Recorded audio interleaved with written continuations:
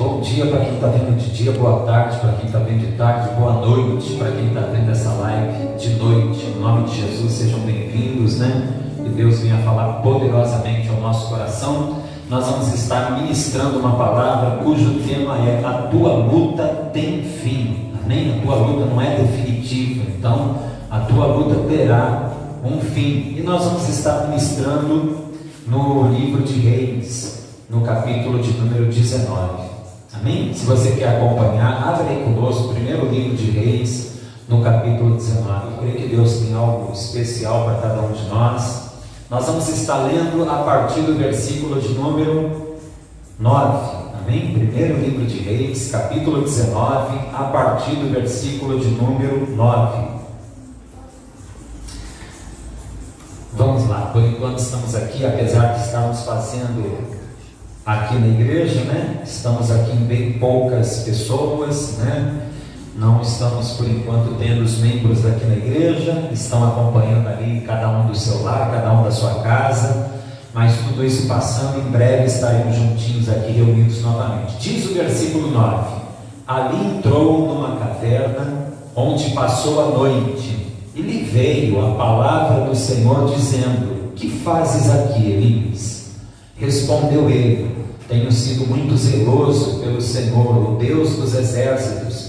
Os filhos de Israel deixaram a tua aliança, derrubaram os teus altares e mataram os teus profetas à espada. Só eu fiquei, e agora estão tentando matar-me também. Disse-lhe Deus: vem para fora, põe-te neste monte perante a face do Senhor. Vou ler de novo o versículo 11. Disse-lhe Deus: vem para fora e põe-te neste monte perante a face do Senhor. Queria muito que cada pessoa que está nos ouvindo, né, nessa live, que você pudesse não só ouvir, mas que você pudesse dar ouvidos. E eu inclusive vou estar fazendo agora uma oração nesse sentido com todos, de todo o meu coração. Senhor meu Deus e meu Pai, te peço, Deus, que o Senhor venha me dar graça e venha, Senhor, me usar para ministrar essa palavra, e que essa palavra, meu Deus, venha atingir o coração dessa pessoa, e que essa pessoa saiba exatamente o que fazer dessa palavra. Então, Deus, não deixa ninguém distraído, Senhor, que essa semente que vai ser lançada não caia, Senhor, em beira de caminho, que essa semente não caia num terreno pedregoso, nem num terreno com espinhos, mas que caia num terreno, meu Deus, fértil, para que essa palavra venha produzir frutos na vida dessa pessoa. Ó Deus, vai adiante de nós agora, que não seja eu a falar, mas o teu Espírito Santo, e que assim seja. Amém e graças a Deus. Louvado seja o nome do Senhor. Pessoal, quem ouviu a pregação de domingo, vai ser bem mais fácil de compreender essa pregação que nós estaremos fazendo hoje, porque no domingo também, na última live que fizemos, nós pregamos também sobre o Elias, e nós pregamos aquela parte que depois do pecado que Samaria vinha cometendo, Elias se apresenta e diz que não choveria em Israel, a não ser quando ele desse ali uma outra palavra. E eu queria que em poucas palavras você percebesse o quão difícil foi essa batalha que ele teve que enfrentar, até por causa do seu chamado, atender o seu chamado que o Senhor lhe fez como profeta de Deus na sua geração. Irmãos, Deus disse para Elias, devido à perseguição: agora você se esconda ali no ribeiro de Querite, você vai beber ali da água, e eu vou ordenar aos corvos que te levem alimento. E assim era, de manhã e também no término ali da tarde, ele comia pão e carne que os próprios corvos o enviavam ali, que Deus enviava através dos corvos. Mas eu queria que, falando assim, é muito simples, mas você imagina passando anos e você ali isolado, bebendo de um ribeiro, você comendo daquela provisão milagrosa de Deus, mas você sozinho. É verdade, numa comunhão muito grande com Deus. Parte desse tempo, desses 3 anos e meio, Elias passou assim, sozinho. E depois uma outra pequena parte, ele passou ali hospedado na casa de uma viúva, que que inclusive Deus ali fez um milagre na vida dela, naquela palavra, né? Ó, a farinha não vai faltar, o azeite não vai acabar, até que o Senhor dê chuva na casa, na terra. E ali eles foram abençoados com o milagre, e o Elias ficou hospedado ali. E foi se passando o tempo, até que Deus disse: Elias, apareça novamente para Acabe, porque eu vou dar chuva. E quando finalmente ele apareceu, ele teve que enfrentar aquela batalha espiritual muito grande com aqueles idólatras, com aqueles feiticeiros, né, que tinham contaminado aquela terra com aquelas coisas. Então eu queria que você imaginasse como isso exigiu dele, fisicamente, emocionalmente, espiritualmente, né, até que verdadeiramente ele faz aquele desafio: olha, os novilhos serão ofertados, vocês invoquem primeiro o Deus de vocês, e eu depois invocarei o meu Deus, e o Deus que responder com fogo, esse será o verdadeiro Deus. E ali eles clamaram e não houve resposta. Depois Elias reparou o altar do Senhor, colocou o novilho, cavou um rego em redor, colocou água, durante 3 vezes foram derramados cântaros, e ele então ora ali, depois de 3 anos e meio. Imagina que luta que esse homem veio enfrentando ali, para que o nome do Senhor seja glorificado. E ele diz então: responde-me, Senhor,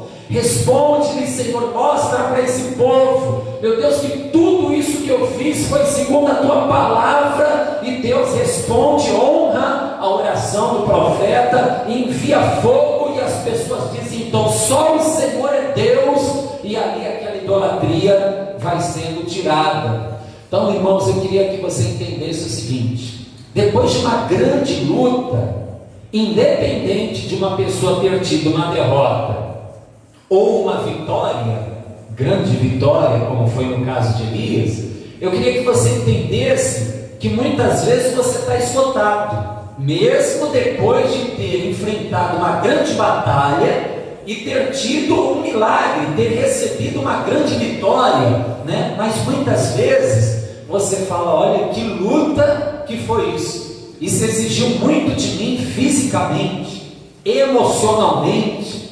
espiritualmente, e às vezes você está assim de fato esgotado. Assim estava verdadeiramente Elias. Aí está chovendo aquela chuvarada agora, né? Está caindo ali sobre a terra, mas eu fico imaginando, né? Mas pelo menos você está ali: puxa, agora a minha luta acabou, né? Deus deu a vitória. Acabe, o rei, deve ter ficado ali impressionado, né? Ele que foi testemunha quando a resposta de Deus veio, o fogo desceu, e depois a chuva, os céus se enegreceram. Eu queria que você entrasse na pregação. Foi algo assim muito tremendo. Mas eu volto a dizer, independente da luta que a pessoa enfrenta, seja uma derrota que a pessoa viveu, ou até mesmo uma luta que termina numa grande vitória, como foi o caso de Elias, às vezes você está esgotado. Você lembra da batalha de Sansão? Sansão venceu 1000 filisteus sozinho. Mas quando ele teve aquela grande vitória, o que ele disse? Né? Puxa, com uma queixada de jumento, venci 1000 filisteus, e agora eu vou cair nas mãos desses incircuncisos, porque ele venceu, mas ele estava muito esgotado, ele estava muito fadigado. Eu preciso que você entenda o que Deus colocou no nosso coração, e eu creio que não é à toa. Deus vai falar com muitas pessoas que estão nos assistindo e estarão ainda assistindo dias para frente desses que nós estamos fazendo esse trabalho hoje. Então, quando Elias está ali, irmãos, verdadeiramente vivendo aquele milagre, né? Depois daquela grande batalha que exigiu tanto dele, diz o capítulo de número 19, versículo 1: ora, Acabe fez saber a Jezabel tudo o que Elias havia feito, e como matara a espada todos os profetas de Baal. Então o rei chega em casa, o rei Acabe, ele que foi testemunha do que havia acontecido, ele chega em casa e ele comunica à sua esposa Jezabel do que Elias havia feito, de como Deus lhe havia respondido, de como Deus o usara. Só que tem um problema: na casa de Acabe, o rei Acabe, os papéis eram invertidos, e toda vez que acontece isso é muito ruim.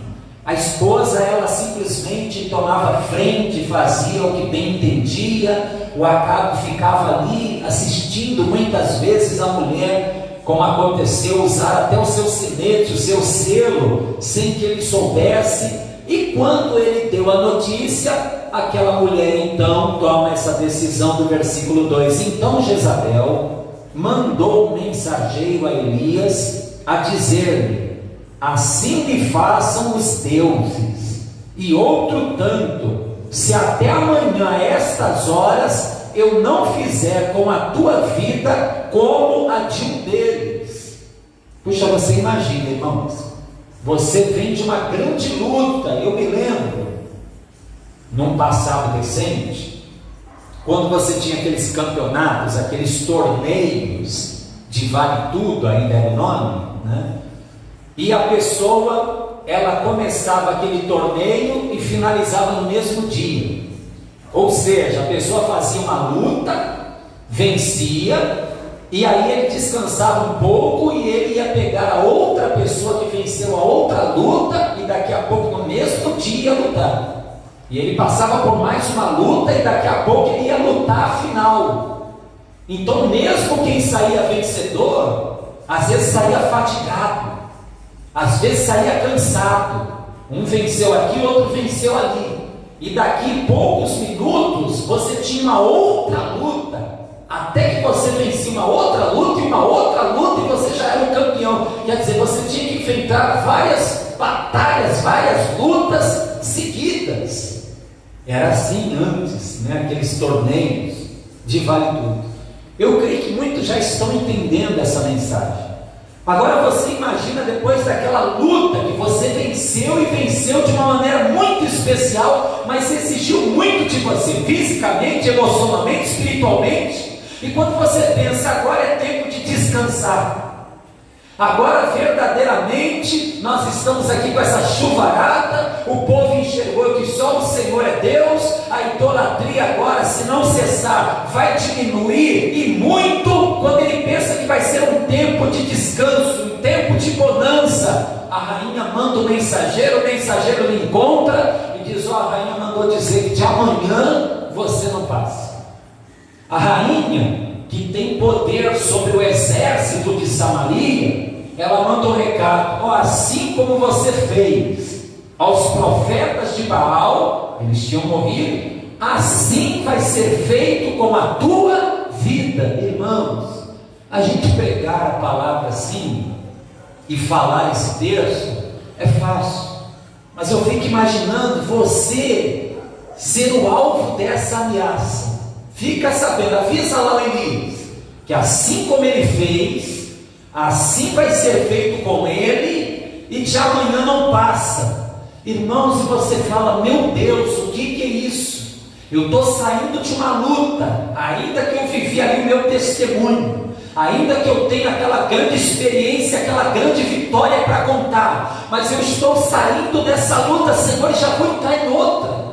Senhor, eu tenho que enfrentar agora essa ameaça, eu tenho novamente, Senhor, que passar por essa batalha, essa luta. E muitas pessoas que estão me ouvindo, talvez estão se sentindo assim, e diz a palavra do Senhor, que Elias, ele perde momentaneamente a sua motivação, ele perde o seu ânimo, mexe-se com o apetite dele. Diz a palavra do Senhor que ele vai agora querer se isolar. E quantas pessoas que estão me ouvindo estão passando por isso, por problemas dos mais diversos, alguns inclusive por causa da pandemia que nós vivemos enquanto fazemos essa pregação, mas por outros tantos motivos. Então diz assim o versículo 3, a reação de Elias, aquele Elias que tinha tanta comunhão com Deus. E eu fico pensando, se uma pessoa tão ligada a Deus, uma pessoa com tanta vivência com Deus, com tanta comunhão com Deus, passou por isso, eu fico imaginando as pessoas que têm feito por enquanto a opção de estarem distantes, de estarem vazios do Senhor. Versículo 3: Elias teve medo, correu para salvar a sua vida. Quando chegou a Berseba, que pertence a Judá, deixou ali o seu moço. Irmãos, isso tem um significado muito grande. Por quê? Porque nessa época funcionava mais ou menos assim: você era um profeta, mas sempre tinha aqueles que eram alunos dos profetas e que seriam depois usados também de uma maneira tremenda para falar a palavra do Senhor, para executar ali os feitos milagrosos do Senhor. E tem um moço ali com Elias, mas Elias se encontra de uma maneira agora que ele começa a abrir mão de coisas que de repente não era para abrir mão. Mas eu volto a dizer, às vezes a pessoa perde aquela motivação.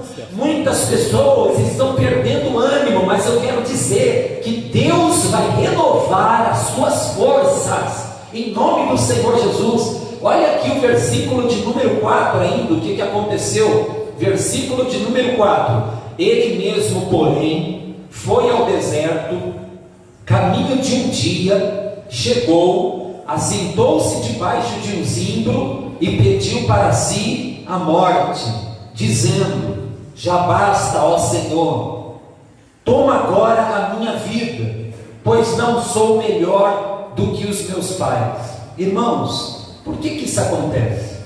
Quantas pessoas não estão tendo um sentimento semelhante? Um sentimento de que não vão conseguir, um sentimento de que a sua luta, ela não tem fim. E agora eu queria abrir um leque. Elias, na verdade, ele está fazendo como que uma oração para que Deus leve a sua vida. É como se ele estivesse naquele momento de angústia e desânimo tão grande, que é como se ele estivesse desistindo. Senhor, já basta. Senhor, bota um ponto final nisso. Senhor, leva a minha vida, eu quero a morte. Quantas pessoas não estão me ouvindo, talvez, se não for ao vivo, talvez estarão ouvindo depois, e estão com um sentimento parecido. Você está com a impressão, talvez por problemas e problemas que já foram causados, você tem a nítida impressão que você se tornou um peso para amigos. Você tem a impressão que você se tornou um peso para a sua família. Os seus pensamentos talvez estão confusos, e algumas pessoas talvez estão pensando até na hipótese de dar cabo das suas vidas. Irmãos, eu quero dizer que você não está à toa vendo essa mensagem. Então Elias, ele está de uma tal maneira que ele está pedindo, como outros grandes homens de Deus fizeram algo parecido, né? Afatigados que estavam, porque as lutas eram constantes, e eles estavam ali meio que cansados, como aconteceu semelhantemente com Moisés. E diz aqui na continuação, versículo de número 4: Ele mesmo, porém, foi ao deserto, caminho de um dia, chegou, assentou-se debaixo de um zimbro e pediu para si a morte, dizendo: já basta, ó Senhor, toma agora a minha vida, pois não sou melhor do que os meus pais. E deitando-se, dormiu debaixo do zimbro. De súbito, um anjo o tocou e lhe disse: levanta-te e come. Aleluia. Sabe, irmãos, eu já tive contato com pessoas que, quando passaram por grandes problemas, nós vamos daqui a pouco exemplificar alguns, seja na vida sentimental, na vida financeira, em relacionamentos quaisquer que sejam. Eu já vi pessoas que, depois que passaram um grande problema, irmãos, tinham dificuldade de apetite, de comer, tinham dificuldade agora de se socializar, né? Pessoas que empurravam o prato, parece que nada mais descia. E eu já tive pessoas, assim como esse caso que eu estou falando, que a imunidade chega a ficar baixa, e outros que acontece ao contrário. Eu me lembro de uma moça que a gente conversou, e ela teve uma decepção tão grande na vida amorosa, mas tão grande, que depois daquela decepção, ela parece que via na comida um escape, e num espaço curto de dias, ela foi se tornando uma pessoa obesa. Quer dizer, são coisas que começam no emocional da pessoa e vão atingindo até outras áreas da sua vida. Mas eu quero dizer que você que está se sentindo assim, Deus tem vitória para você. Versículo de número 6. Então Deus está ali o alimentando, né? Versículo 6. Ele olhou, viu que a sua cabeceira estava um pão cozido sobre brasas, uma botija de água. Tendo comido e bebido, tornou a deitar-se. O anjo do Senhor voltou segunda vez, tocou e lhe disse: levanta-te e come, pois muito longo te será o caminho. Eu fico imaginando quantas pessoas estão convivendo com outras pessoas, falando a mesma frase: filha, levanta e come, você precisa comer, filha. Minha esposa, levanta e come, você precisa se alimentar. Eu fico imaginando quantas pessoas não estão vivendo, por N motivos, um quadro parecido, mas Deus vai levantar pessoas hoje. Versículo 8: levantou-se, comeu e bebeu, com a força daquela comida caminhou 40 dias e 40 noites, até Horebe, o monte de Deus, que é o Sinai. Versículo 9, para quem entrou agora na live, nós estamos no primeiro livro de Reis, 19, o versículo é o de número 9, inclusive é onde nós começamos a pregação. Ali entrou numa caverna, quer dizer, isolamento.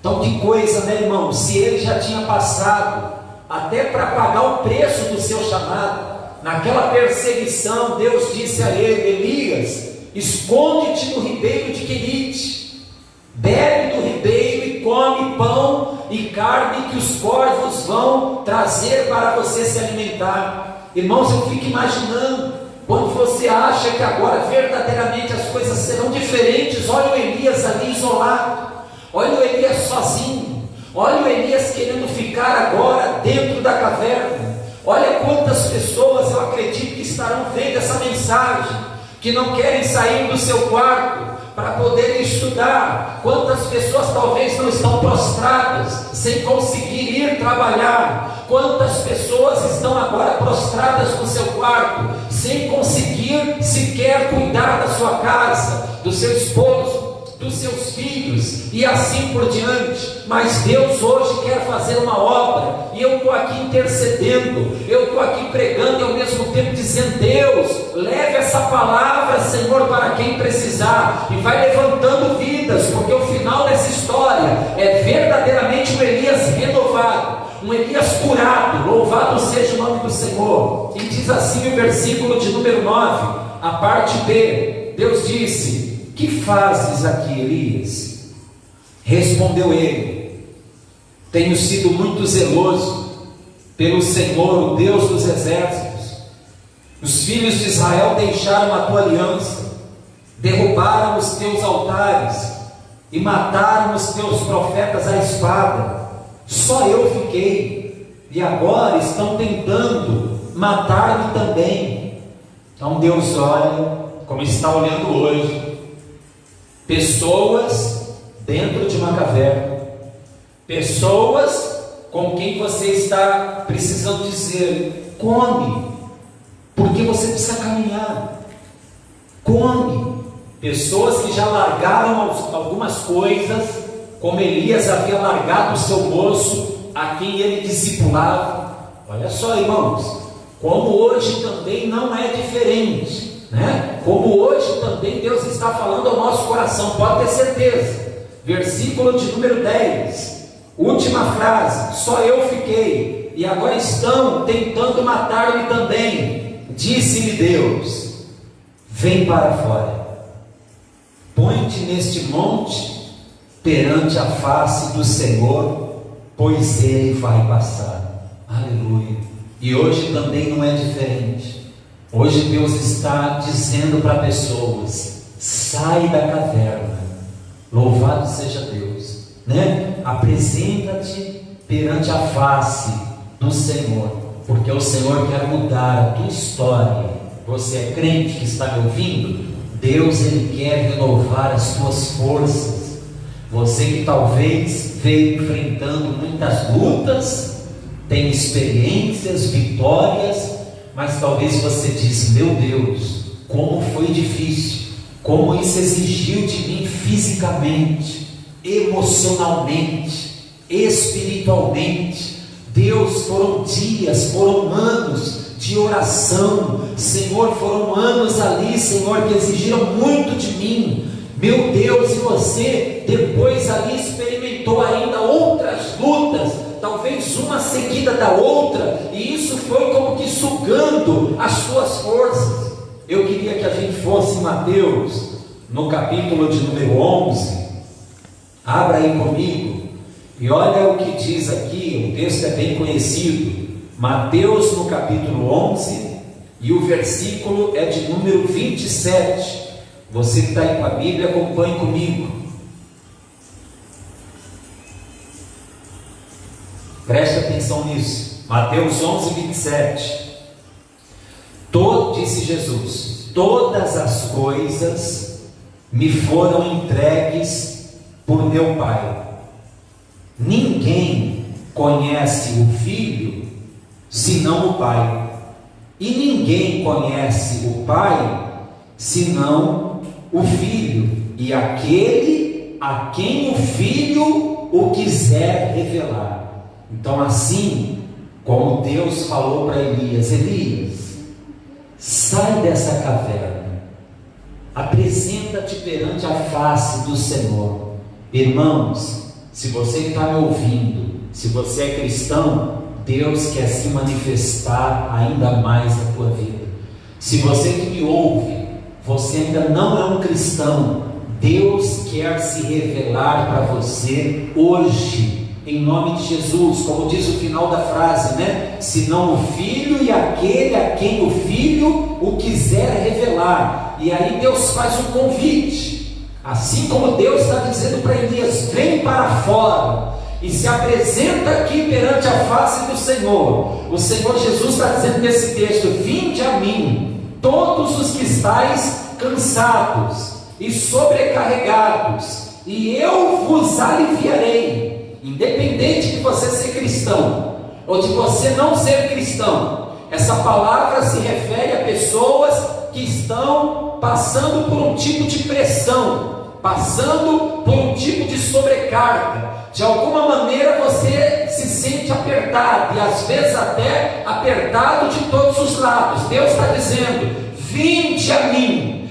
todos os que estáis cansados e sobrecarregados, e eu vos aliviarei. Louvado seja o nome do Senhor. Então, mesmo Deus que está dizendo: vinde a mim, Ele começa o versículo 29 dizendo: tomai sobre vós o meu jugo. E você precisa entender isso. O que é um jugo, pastor? Um jugo é aquele instrumento de madeira com que você liga dois animais, dois bois, por exemplo, numa lavoura, e os dois juntinhos, né? Não vai um para a esquerda e o outro para a direita. O jugo faz com que eles andem lado a lado, faz com que eles caminhem lado a lado. E o mesmo Senhor aqui, Jesus, está dizendo: vinde e caminha lado a lado comigo. Você vai ser aliviado. E Deus não está brincando. A palavra de Deus está sendo pregada, e se ela alcança você no dia de hoje,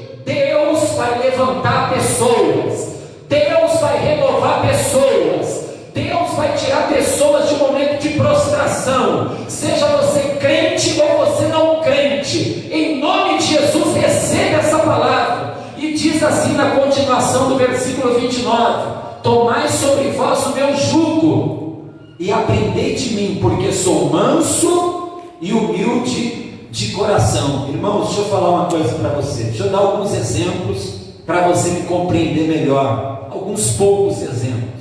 Algumas pessoas, elas estão sobrecarregadas por algo que tem acontecido na sua vida sentimental, nos seus relacionamentos que talvez foram frustrados, pessoas que talvez inclusive tomaram decisões contrárias à palavra de Deus.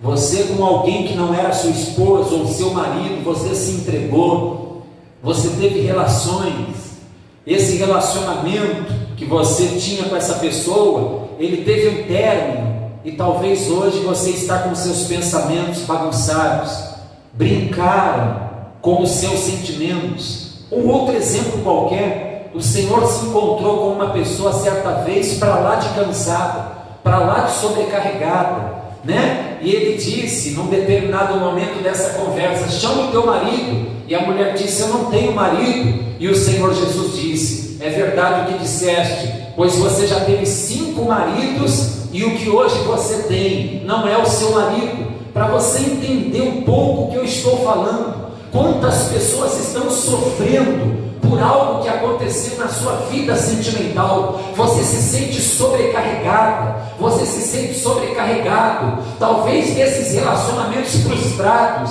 Você tem filhos a criar, e talvez esses filhos você não tenha tido um apoio em todos os sentidos, e você se sente assim como uma sobrecarga sobre você. Eu queria dar um exemplo, por exemplo, de problemas causados pelos vícios.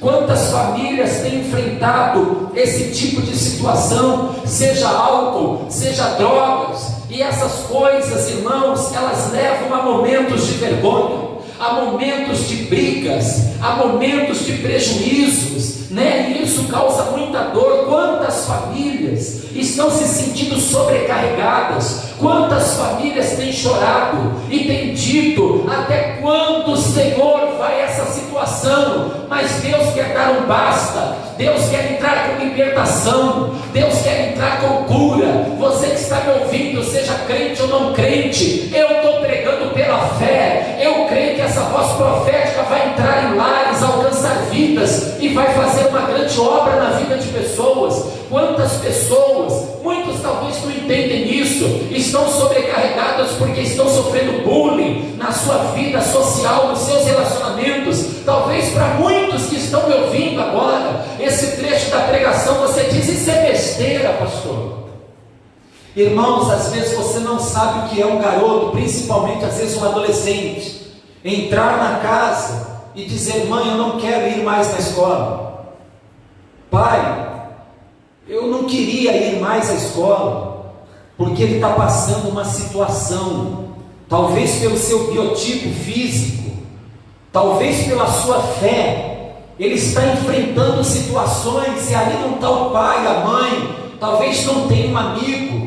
Irmãos, isso parece brincadeira, mas tem pessoas que verdadeiramente estão sofrendo muito.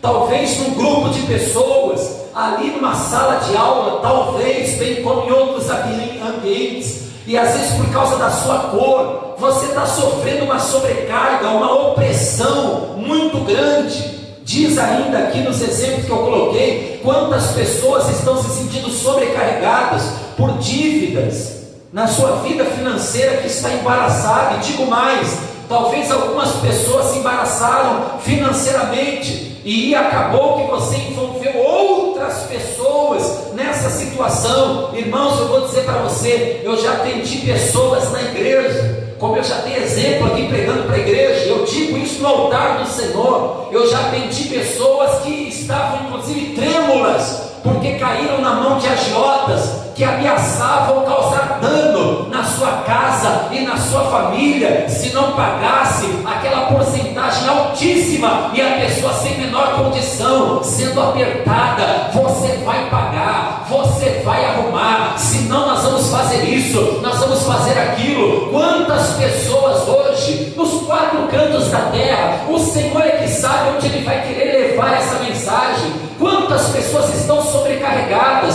sejam crentes ou sejam não crentes, mas o Senhor está dizendo: vinde, eu vos aliviarei. Louvado seja o nome do Senhor. E a palavra por si só, ela tem poder. Quantas pessoas estão se sentindo sobrecarregadas, porque carregam dentro de si um remorso, porque fizeram uma traição, ou causaram uma decepção para com outras pessoas, e você vê o dano que você talvez causou na vida de uma outra pessoa. talvez você arrasou com os sentimentos de alguém, e você olha aquela situação, e talvez você fica triste. Quantas pessoas estão sofrendo pressões para que você venha abortar um filho? E quantas pessoas vão me ouvir agora, e você carrega dentro de você um sentimento muito duro, porque você abortou um filho, e o tempo passou, e você pensa agora, cadê aquela criança que não está aqui do meu lado? Quantas pessoas carregam consigo um sentimento, eu matei uma criança, e às vezes você pensa ali coisas muito confusas, você se encontra sobrecarregado, você se encontra ali apertada por esse sentimento, mas o Senhor quer curar pessoas. Quantas pessoas enfrentaram um luto seguido de um sentimento de culpa, porque aquela pessoa desceu à sepultura, e talvez quando desceu à sepultura você não estava falando com aquela pessoa. Quantas pessoas enfrentam essa situação? Você tem aquele sentimento de que você não fez o que deveria fazer, você não fez o suficiente, e não tem mais o que ser feito, porque aquela pessoa passou, aquela pessoa se foi, e às vezes você fica com esse sentimento duro demais dentro de você. Quantas pessoas estão sobrecarregadas, porque são vítimas de agressões? Irmãos, presta bem atenção no que eu vou dizer. Às vezes você estamos de fora, e nós sabemos que uma mulher, por exemplo, apanhou do marido, e nós estamos de fora, e até com razão nós dizemos assim: ela tem que denunciar, e é verdade, ela tem que denunciar. Hoje nós temos a lei Maria da Penha, é verdade, nós temos a lei Maria da Penha, mas irmãos, nós que estamos de fora, às vezes a gente não sabe o que é isso. Uma mulher que está sendo constantemente agredida por um covardão muito mais forte do que ela, a pessoa justamente que deveria cuidar dela, amar ela, proteger ela, está agredindo ela. Às vezes você não sabe a dificuldade que essa mulher tem para fazer o que tem que ser feito, essa denúncia para que aquilo cesse. Mas como é difícil para ela, meu Deus, eu vou lá, e eu vou denunciar, e eu tenho que voltar para cá. E quantas pessoas estão tendo ali o seu emocional totalmente abalado, estão sofrendo caladas, em especial ou principalmente aqueles ou aquelas que não têm ninguém por eles. Quantas pessoas agora devem ouvir essa voz? Quantas pessoas devem escutar o Senhor dizendo: eu vou te ajudar, eu não estou te dando essa palavra à toa. Vinde a mim todos vós que estáis cansados e sobrecarregados, e eu vos aliviarei. Você tem ideia de que uma pessoa ser abusada, uma pessoa às vezes tão nova, e alguém está dizendo: não comente nada com a sua mãe, não fale nada para sua tia, olha, senão vai ficar a minha palavra contra a sua e ninguém vai acreditar em você. Quantas pessoas estão sendo oprimidas por abusos, irmãos, e nós estamos dando esse exemplo, poderíamos dar outros tantos. Quantas pessoas estão sendo ameaçadas, mas o Senhor está dizendo, versículo de número 29, tomai sobre vós o meu jugo e aprendei de mim. Então vamos lá, irmãos, toma o jugo. Jesus está dizendo para você, crente e não crente, vem andar lado a lado comigo e aprenda comigo, aprenda de mim.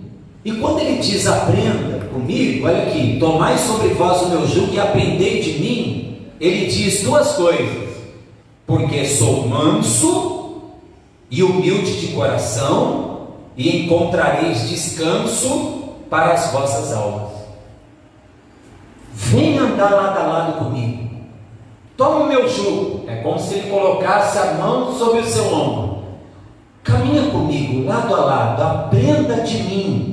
Aí ele diz: porque eu sou manso, eu sou humilde, e assim você vai descansar. Irmãos, então nós podemos estar cometendo erros que são exatamente o contrário dessas duas palavrinhas que nós acabamos aqui de ler. Se a gente pegasse algumas palavras, comparando talvez até com, não só com os temperamentos, mas até com a natureza, O que seria o contrário, o antônimo de manso?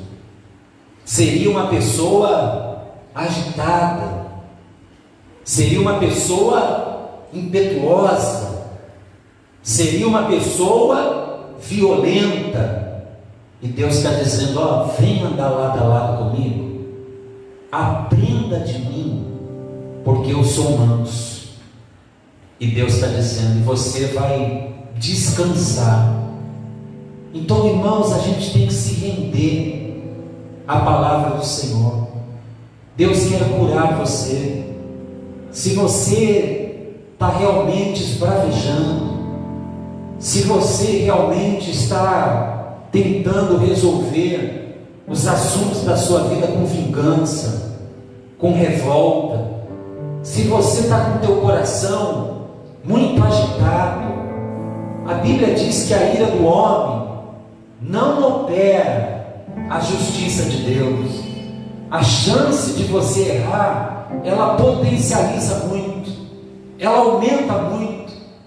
E se nós fôssemos pegar a segunda palavra, o Senhor Jesus, ele disse: aprendei de mim que sou manso e humilde. Se nós pegássemos agora palavras que vão na contramão do que ele está dizendo: aprenda a ser manso comigo, aprenda a ser humilde, aprenda comigo, anda lado a lado comigo e aprenda comigo. Irmãos, se a gente pegar então o erro, o contrário do que ele está orientando, o contrário de humildade, o que nós teríamos? Nós teríamos ali a pessoa agindo com orgulho. Nós teríamos ali palavras que seriam mais ou menos o contrário de humildade. Nós teríamos ali a pessoa que é vaidosa.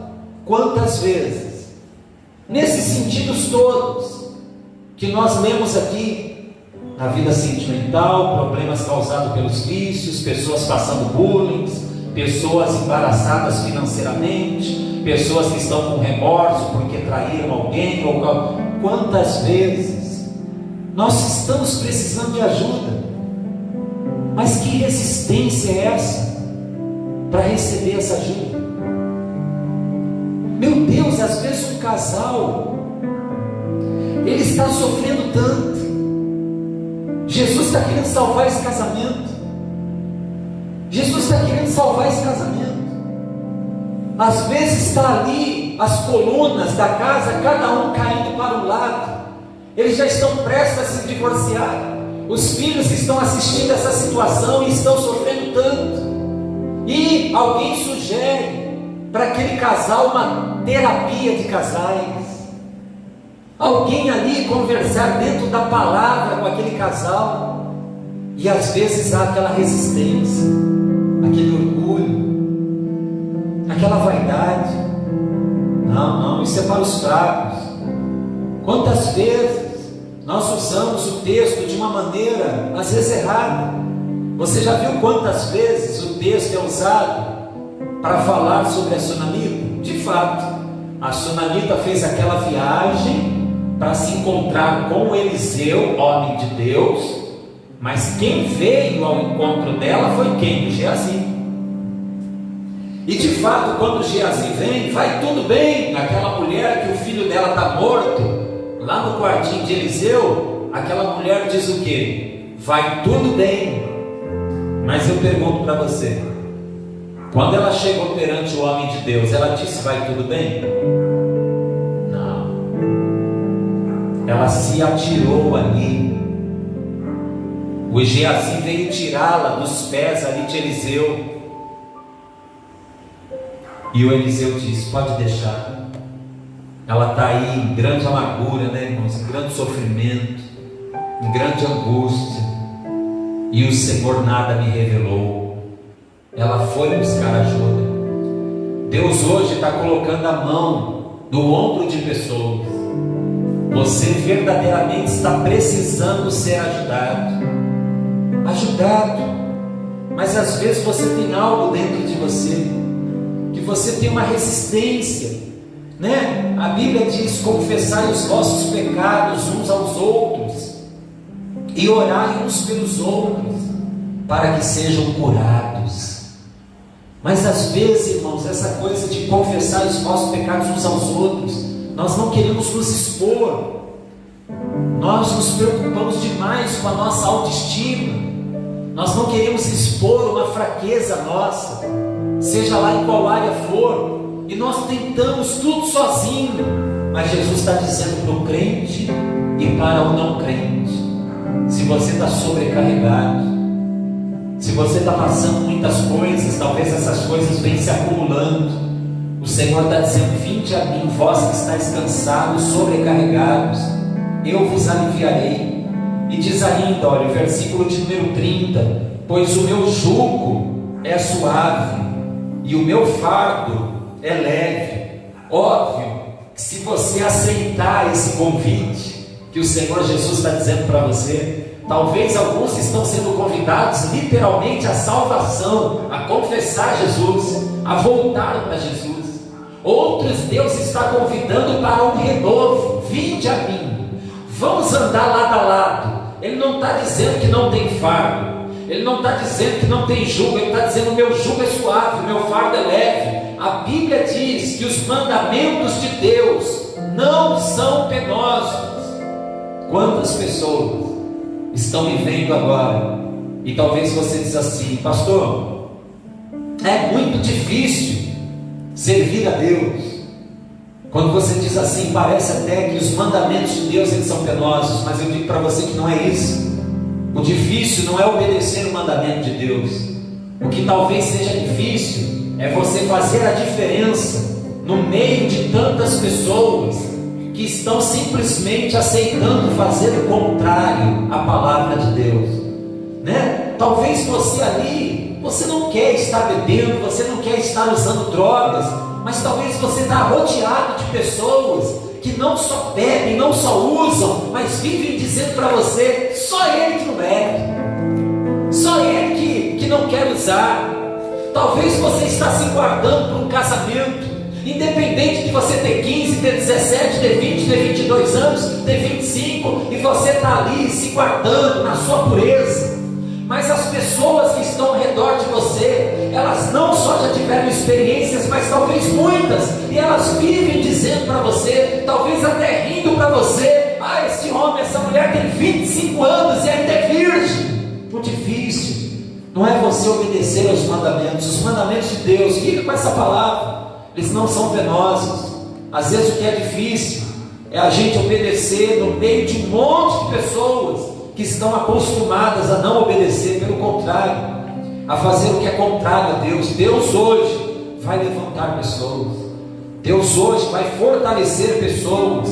Vamos voltar, irmãos, para finalizar a mensagem, no segundo livro de Reis, no capítulo de número 19.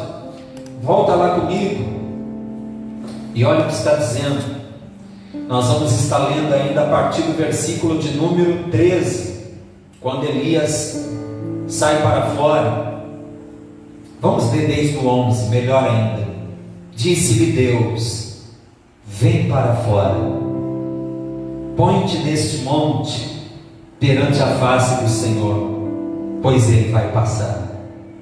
Então um grande e forte vento fendeu os montes e despedaçou as penhas diante do Senhor, mas o Senhor não estava no vento. Depois do vento, um terremoto, mas o Senhor não estava no terremoto. Depois do terremoto, um fogo, mas o Senhor não estava no fogo. Depois do fogo, uma voz calma, suave. Louvado seja o nome do Senhor.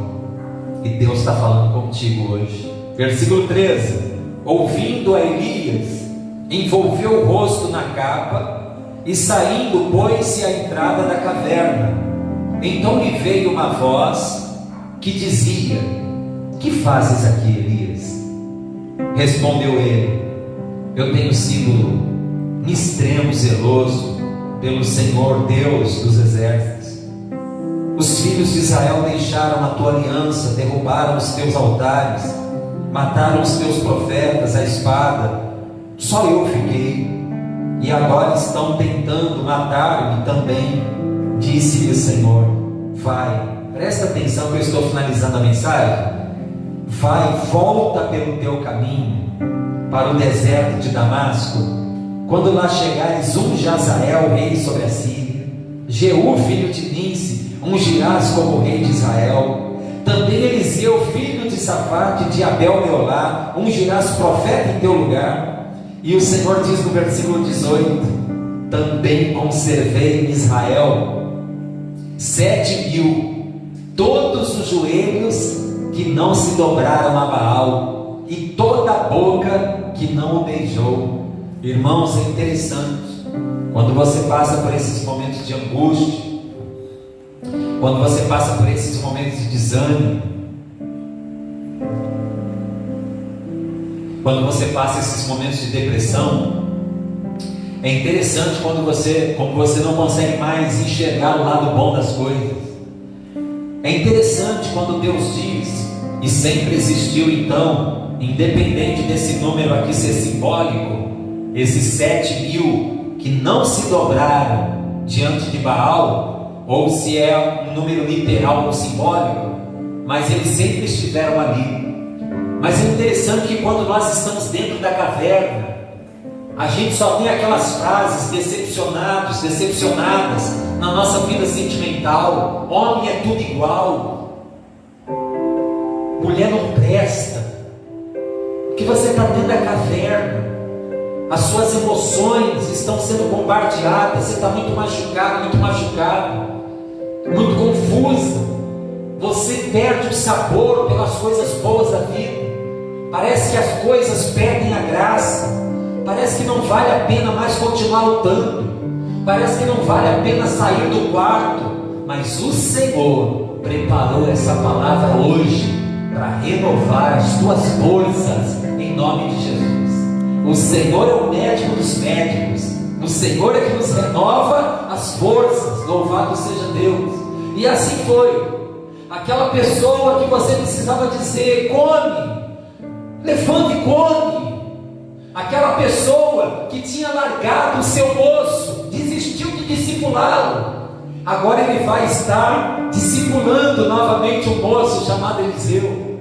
Aquela pessoa que só queria ficar ali dentro da caverna, e ali Deus, Elias, o que você está fazendo aqui? Sai para fora e apresenta-te perante a face do Senhor. Essa pessoa agora vai sair renovada, essa pessoa vai estar ali fazendo a obra de Deus, essa pessoa estará ali verdadeiramente sendo guardada por Deus, e o Senhor preparou essa palavra, e você inclusive pode enviar essa palavra para outras pessoas estarem ouvindo, porque as pessoas têm passado por muitas coisas.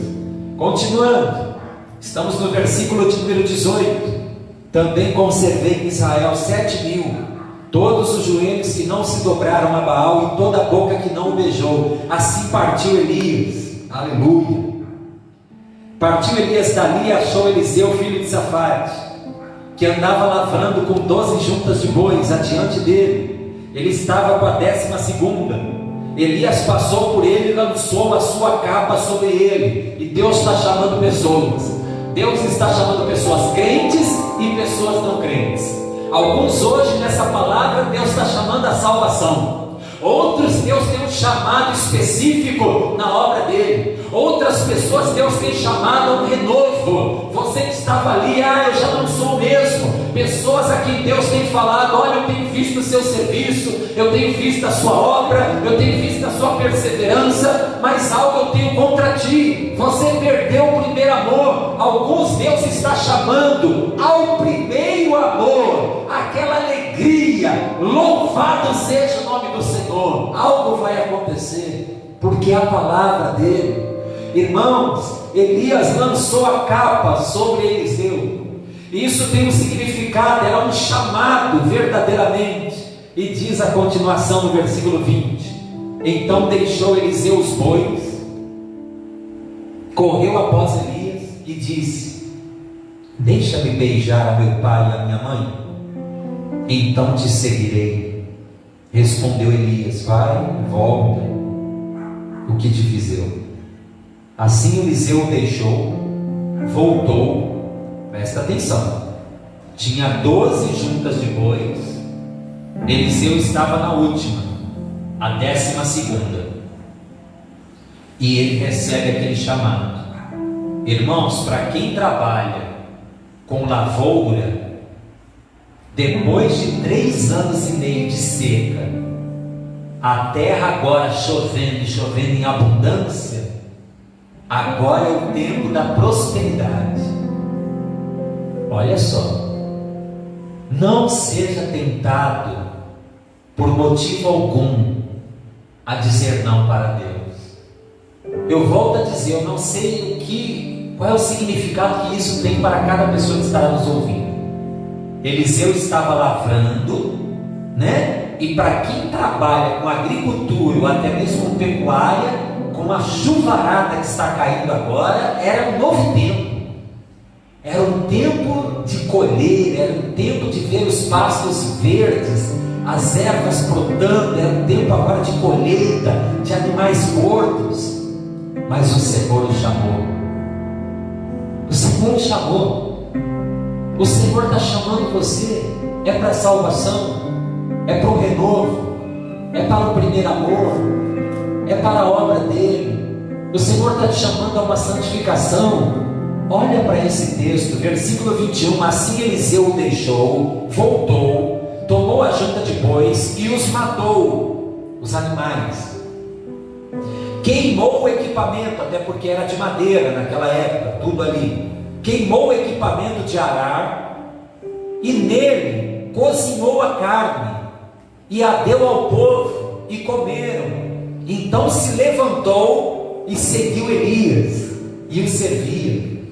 Ou seja, ele disse sim para Deus. Ele matou os animais, ele pegou aquele equipamento, aqueles aparelhos de arar, que era tudo no madeiramento, e ele queimou, que significava dizer: estou indo, estou atendendo o meu chamado e não tem volta.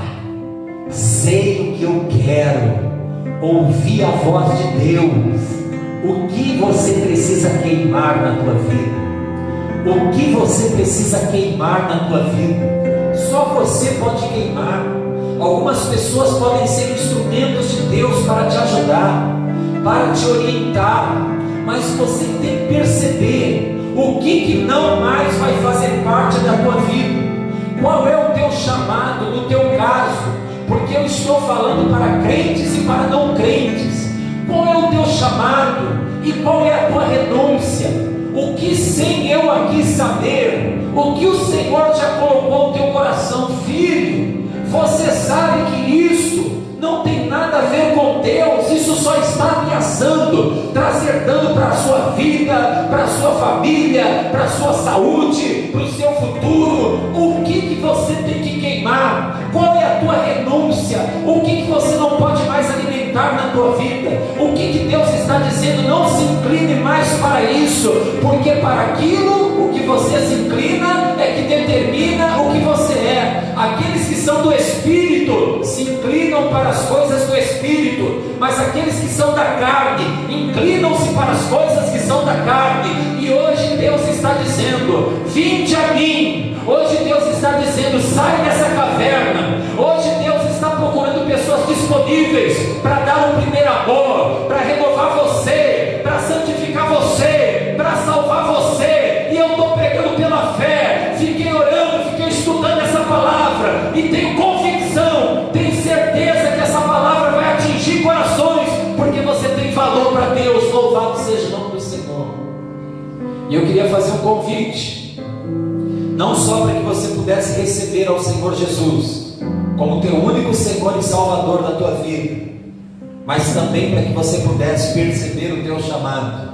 Podem ser os mais diversos, irmãos, e também que você percebesse as coisas que eu nem dei como exemplo, mas o Senhor está dizendo: você tem que renunciar. Você tem que renunciar. Não sei se é aos falsos deuses, não sei se é o orgulho, não sei se é a impureza sexual, não sei, irmãos, poderia ficar aqui 1 hora dando exemplos. Não sei se é os vícios. Eu queria convidar você você que quer voltar para Jesus, você que quer confessar Jesus, você que quer atender o seu chamado, vamos orar em nome do Senhor Jesus.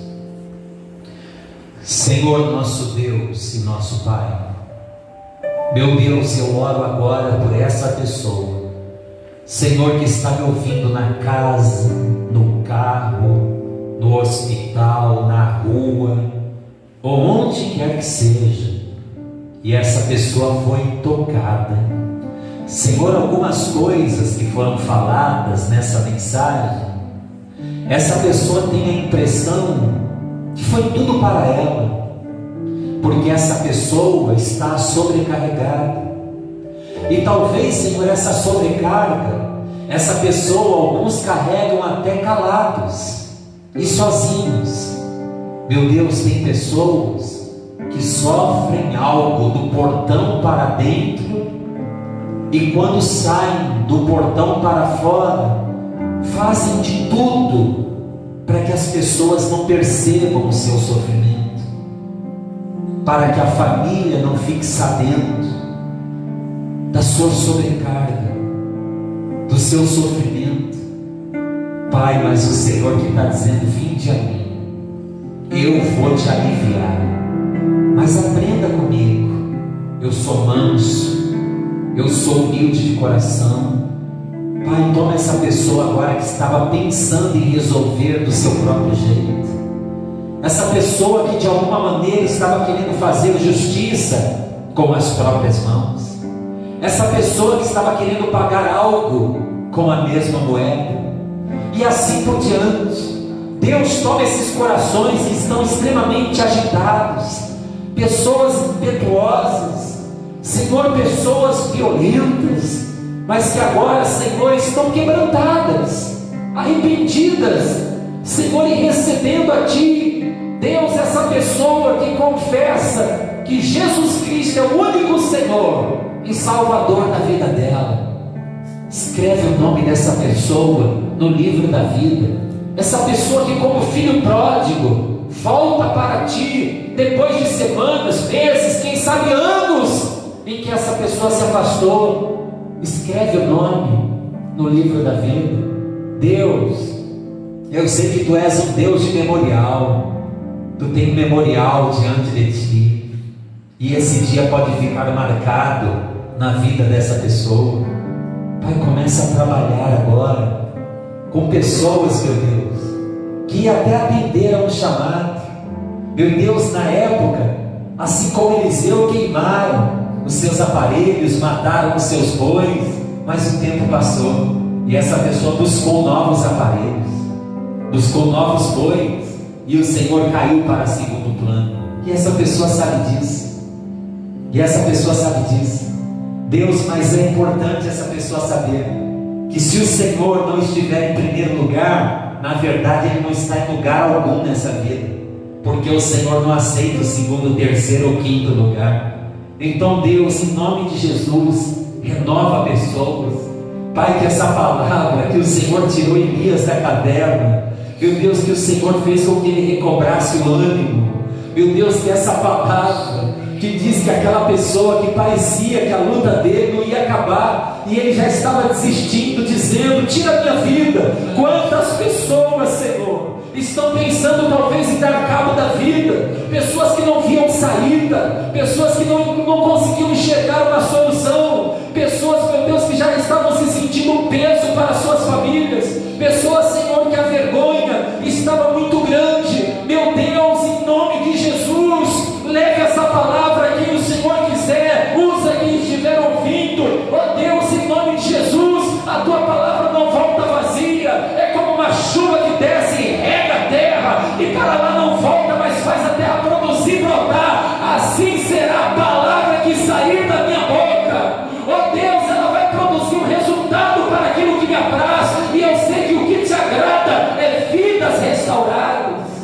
Sustenta esse casamento. Pai, essa pessoa que não queria reconhecer, mas essa pessoa tem muita dificuldade. Meu Deus, é como aquela pessoa que está morrendo afogada, mas tem muita dificuldade de acenar para a praia. e dizer socorro. Senhor, ela prefere, ela acha uma vergonha acenar, ela acha constrangedor pedir ajuda, e essa pessoa diz: eu vou tentar sair dessa sozinho, eu vou tentar sair sozinha. Deus vai tirando toda essa vaidade. Aprendei de mim que sou manso e humilde de coração. Ó Deus, vai trabalhando no nosso orgulho. Senhor, essa pessoa que tem muita dificuldade, seja lá em qual área, de receber ajuda, Senhor, vai tirando isso de nós. Oh, santo, santo, santo é o nome do Senhor. Deus, nós precisamos de Ti, Senhor, e nós precisamos, Senhor, uns dos outros. Oh Deus, eu creio que grandes coisas o Senhor está fazendo em nome do Senhor Jesus. Irmãos, na maioria das lives que nós fazemos, fica o nosso telefone aí, você que nos ouve, seja de qualquer lugar de onde você está nos ouvindo, próximo de nós ou distante de nós, nós temos um canal, um WhatsApp disponível para você que quer fazer contato conosco aqui na igreja, né? E esse WhatsApp provavelmente vai ficar aí ou nos comentários, ou, né?